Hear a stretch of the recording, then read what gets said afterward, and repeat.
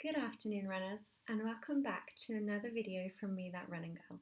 In today's video, I'm going to be talking about the inevitable process of change, how we can adapt and how we can accept that change is just one of those things that happens in life and happens to our running, and that adapting is going to make us so much happier and mean that we can just live fulfilling lives and not have to panic when something doesn't go the right way.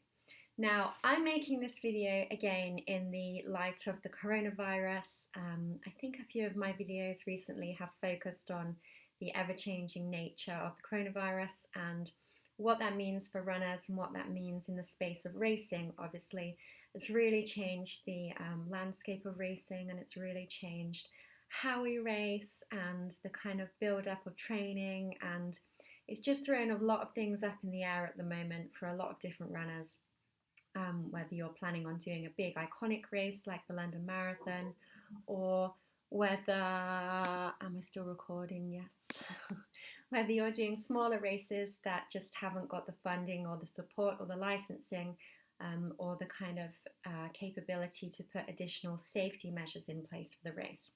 Now, on top of the coronavirus changing how running, training and racing plays out, I feel like change in running is also one of those things that's actually quite difficult to accept. And as someone who's run for 15 years and as someone who's just been so resistant to change in their life, up until this point where I've realized actually change isn't actually that bad. It's actually an opportunity to transform. It's an opportunity to review why you're so resistant to change and to review, actually, let's look at this from another angle and let's look at this as a kind of positive, in a positive mental way, and decide how we can reframe this in an optimistic way.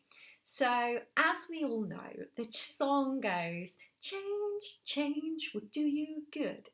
But does it actually ring true? Now, as I said at the start of this video, change is inevitable for so many different aspects in life. You can be the biggest control freak going, and I was the biggest control freak going, but you cannot actually control life. You can obviously have, a certain path and a certain kind of goals that you want to hit and certain time frames for things.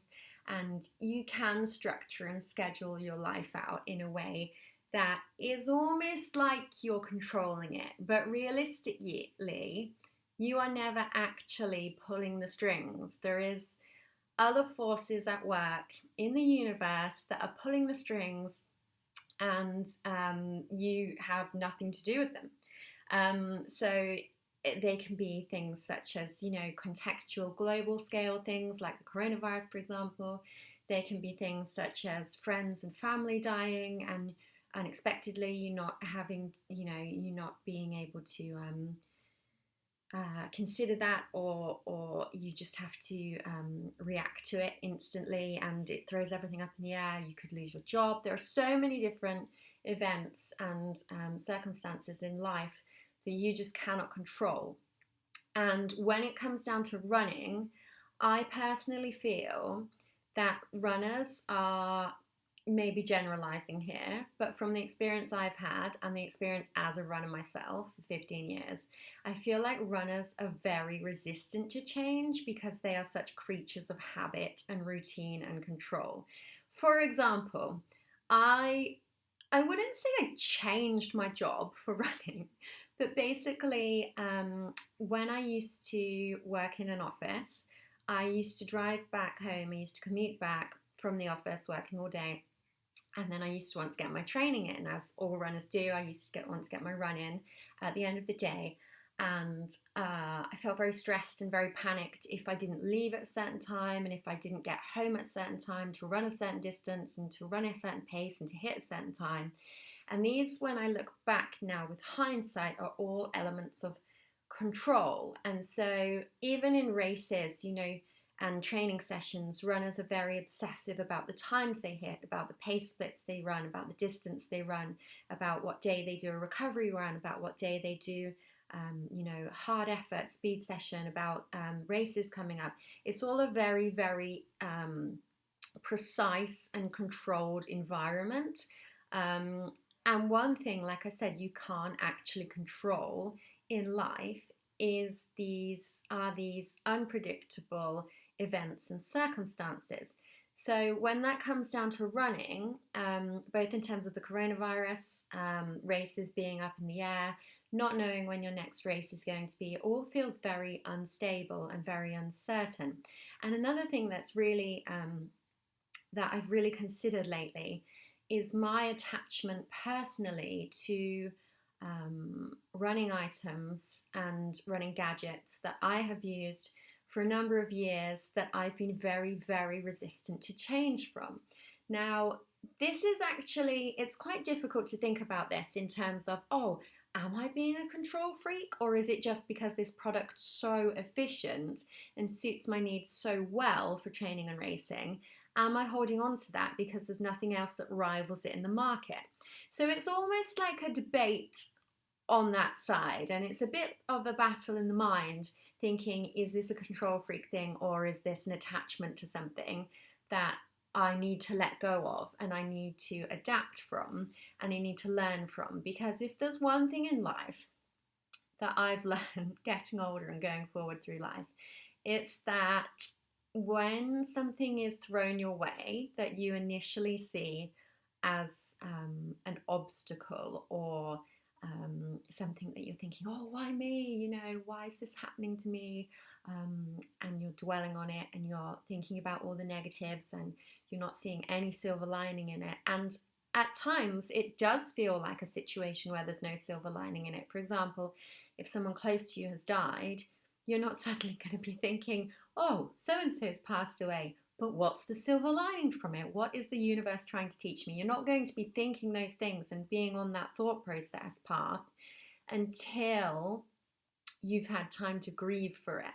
And in a way, it's also more than acceptable to be on a path and grieve for things that even aren't people that have died. For example, periods and chapters in your life that you grieve for that aren't a part of your life anymore, like a career or a journey, a path that you were on that isn't the path that you're on in life anymore.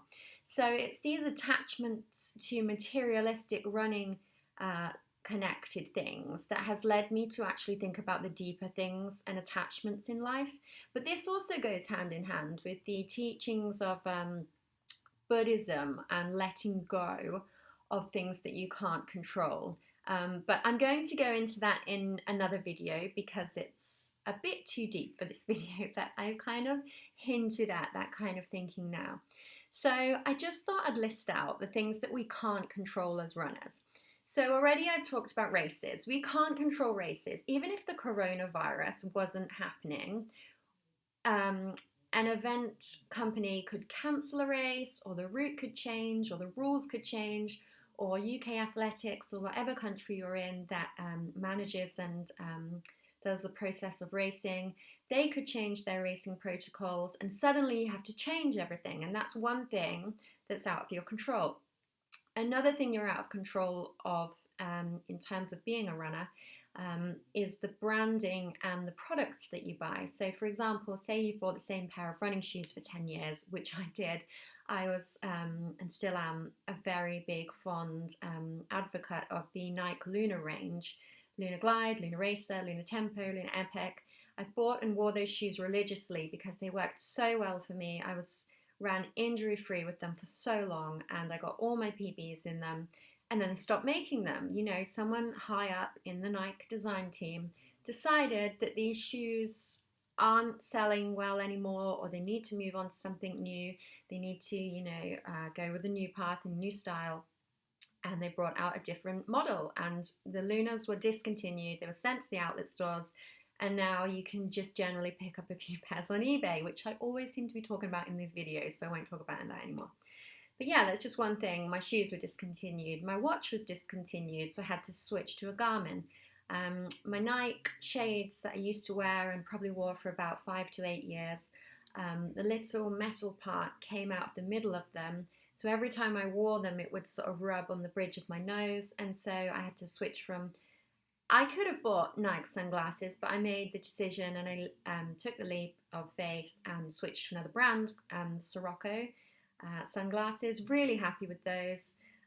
Again, it's just underlining that you have no control over the running brands and the kind of lines that they bring out and styles they decide to discontinue, and colorways and different technologies in shoes and gadgets.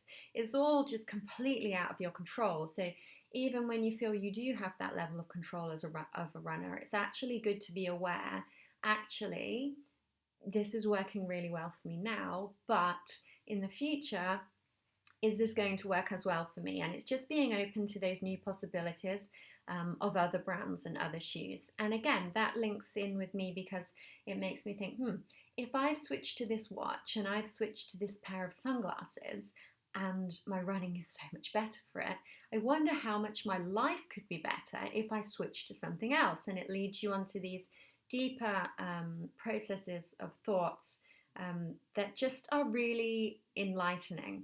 So another thing we can't control as runners is the weather. Obviously, there's no sort of big marketing guy saying that it's going to rain today, or we're not doing wind anymore, or it's the end of the sun season.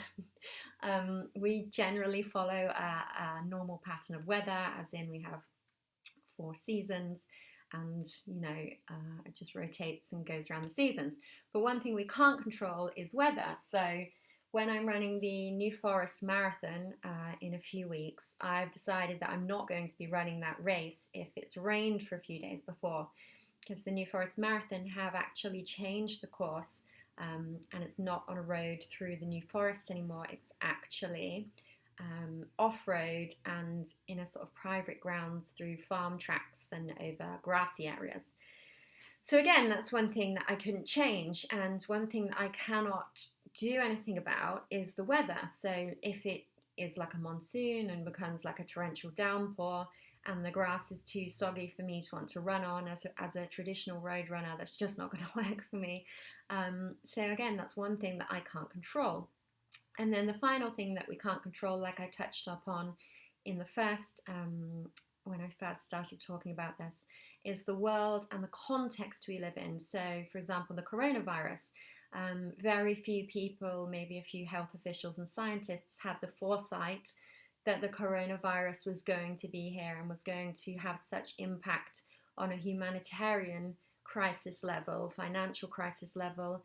No one really sort of thought, how's it going to impact me in terms of running, in terms of racing? It was all just thrown on everyone, and everyone just had to adapt. People lost their jobs, people lost friends and families, and everyone's routine is just all over the place because of it. But it's, again, one thing, you're in the midst of it, you're dealing with it, you're controlling it in a way that you're controlling the reaction you have to it, which is, again, important in realizing that you do have an element of control, because you have the element of control to feel like you're reacting to it in a positive way and a positive stance. So that is one thing that you can control. So like I was saying, you can control the way you react to things. You can control the way you approach things, the acceptance level you have of things. That's a very big one. And you can ask yourself, what is the universe trying to teach me? What is the lesson that is in this crisis? Because often in crisis scenarios, there is going to be a lesson from it, and you're going to learn as a person how to deal with things better and how to approach things better, and just have that sense of awareness within you. Again, how you're going to adapt to the future, what you can do to lessen the impact. So for example, when I'm thinking, oh no, I can't get any lunar races anymore, I'm thinking, well, I've tried on a shoe that's quite similar, called the Nike, I think it's called the Nike React, which has got quite similar sort of springy, responsive sole on them. Tried those on, so I'm thinking, when I'm done with my Lunas, I'm going to move on to the Nike React. So it's having a plan of action that you feel reassured with, that you think, actually, I can switch from this to this. And you don't need to have that plan for running or things in life, but it's just good. I feel like it's reassuring to have some kind of like research into some kind of um, new path or new journey or alternative for things, because it just kind of gives you a grounding and makes you feel better about things. Personally, that's how I feel anyway.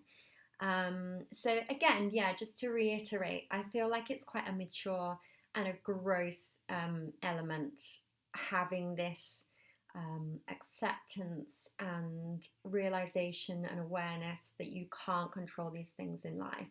And when it comes to running, it's realizing, okay, maybe we have to change the goalposts a bit, but realistically, that doesn't mean that we still can't shoot goals, or some kind of other metaphor, because I'm not a basketball player. So yeah, I think I will probably do a video about the your attitude and your acceptance and adapting to things, how it evolves the soul, and how the law of attraction actually will work with you if you attract better and vibrate better, which means you're giving off better positive energy and putting it out there in the universe. I'm going to do a video about that probably in a few videos time, but I just wanted to make this video just for anyone that's feeling still really up in the air about adapting to races, and their training's still all over the place. You might have done sort of really long runs in the heat and now the races are cancelled last minute, because I was in for Boston Marathon in the UK, which was set to be going ahead next weekend, and that was cancelled right at the last minute. I'd done like a really rapid marathon build up to it, like 12, 14, 16, 18, 20 milers in really hot hilly conditions, and then it was just pulled at the last minute. So it's just thinking, actually, no one can take those runs away from me. I've still got those runs under my belt. I've still got those runs and the endurance in me. It's still all experience. No one's taking that away from me as a runner. So I just wanted to make that video just to reassure people and maybe give you a bit of a different perspective and different viewpoints, so that you can make your own opinions and hopefully try to form some positive and optimistic approaches going forward to adapting to change when it comes to running in terms of training, racing and gear. Anyway, I hope you're all running well. I'm not sure my next video will be on the vibration and the law of attraction. I think potentially I'm going to do a review video on the Mighty Vibe and Spotify, which is the streaming alternative of the iPod Shuffle, because I've pretty much finally given up on the iPod Shuffle. It's taken me a while, but I have realised actually when I change things, often what I replace them with is better than what I was going with before, because that generally is how things work in life, right? When people like upgrade things, it's just maybe taken me a bit longer to realise. Anyway, I hope you're all running well. Remember to follow me on Instagram. My username is the same as it is here and as it always has been, That Running Girl. And if you're doing any races, I hope you do really well, and I hope you enjoy the experience of being back racing. And up until then, I will see you in my next video. Bye.